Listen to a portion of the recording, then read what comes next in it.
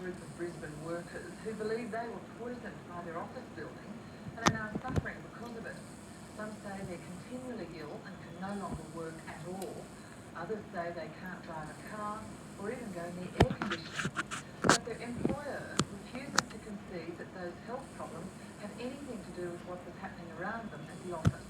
David Margan reports. I know for a fact that my life has been drastically changed. I know my life will never be the same. I mean, I didn't believe that a building was so real. This should never have happened. But it is true. It did happen. Dozens of workers went to work and came home sick. Very sick. All because of this building, once owned by one of Queensland's largest companies, Suncorp. I still have headaches, severe sinus problems. I've lost most of my sense of smell, severe headaches, and my face still burns. Skin irritations and the ongoing problems I still have today, especially with skin irritation. Asthma, bronchitis. Deborah Brennan, Dorothy Woods, Nick Monsieur and Sandy Gray were not sick people when their employer, Suncorp, moved them into this building in Brisbane's Valley to establish a temporary call centre in early 1996. Come into your workstation, dust off your papers, brush down your workstation so you can get all the feces and particles off so you can actually get to work. But they and over 30 of their workmates ended up stricken with a string of allergies, immune system collapses and neurological problems. Some of them are quite close to the Gulf War syndrome, or before that the Vietnam War syndrome. Professor Tong is a specialist immunologist who's been treating a number of the Suncorp workers. He's very familiar with the Valley building. Those conditions, of course, are not shouldn't be part of the Australian work environment, and we should have a clean working environment. But there was nothing clean about this place. It was contaminated with bacteria and riddled with vermin. The rotting corpse of a dead pigeon fell out of the ceiling onto the desk of one worker. They used to actually fly in through the louvers and the ladies' toilets when they were sitting on the petitions. And there would be pigeon droppings all over the floor, and you'd shoot them out the windows before you could use the toilets. Then one day, workmen dressed in spacesuits appeared in the office to remove asbestos. These same men were above us on the asbestos tiles, drilling and hammering. All this debris was falling onto our desks. We can presume asbestos fibres, we can presume probably pigeon poo, whatever. We had to sit there. We weren't allowed to leave our desks because it was a call centre. We were sort of plugged into our computers. They were doing this while you were at the desk? On our workstations, they were actually standing on our desks, and the coils would go up beside us. Over the past 20 years, I've inspected a lot of buildings and a lot of air conditioning plants, more than I can ever remember.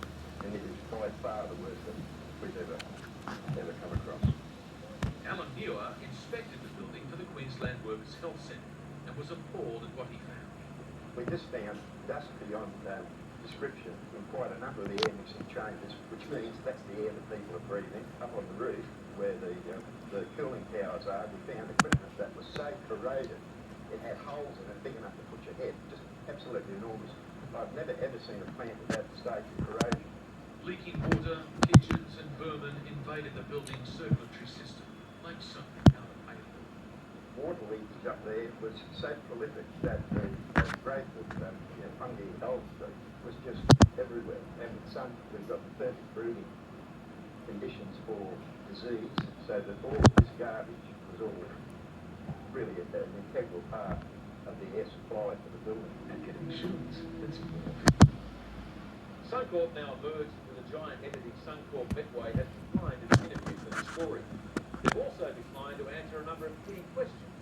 And in a statement they've issued to us, they claim that they do not know why their workers have got sick. Their CEO at the time has also claimed that the building was given a clean bill of health and that under no circumstances would Suncorp endanger the lives of their employees. I have spoken to a senior assessor at Suncorp who did an underwriting report on that building in August of '96, who has said to me that the building itself was basically uninsurable. So in fact, we were put into a building that Suncorp, as an insurer, didn't want to insure.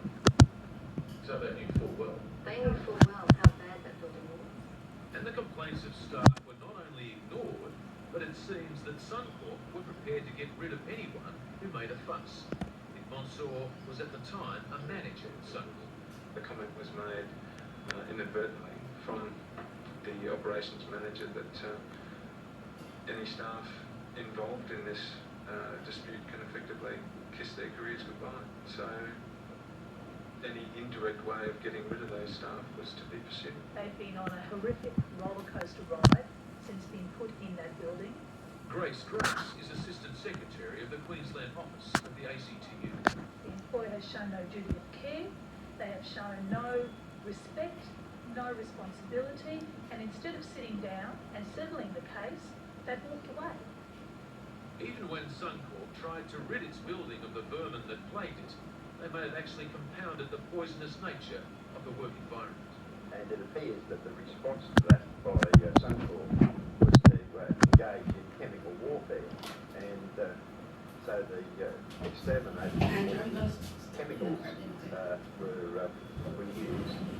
Unfortunately, Suncorp staff were again forced to stay at their workstations as the chemicals were sprayed around them by men wearing masks.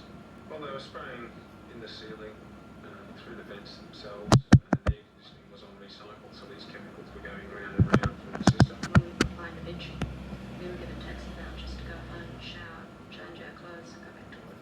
Suncorp is paying wages to some of the women who are now too sick to work and some of their medical bills. But when their doctors asked Suncorp to provide the reports of what chemicals were sprayed so they may better treat their patients, Suncorp has to date refused. There is a level of trust that you have that your employer is going to do the right thing by you.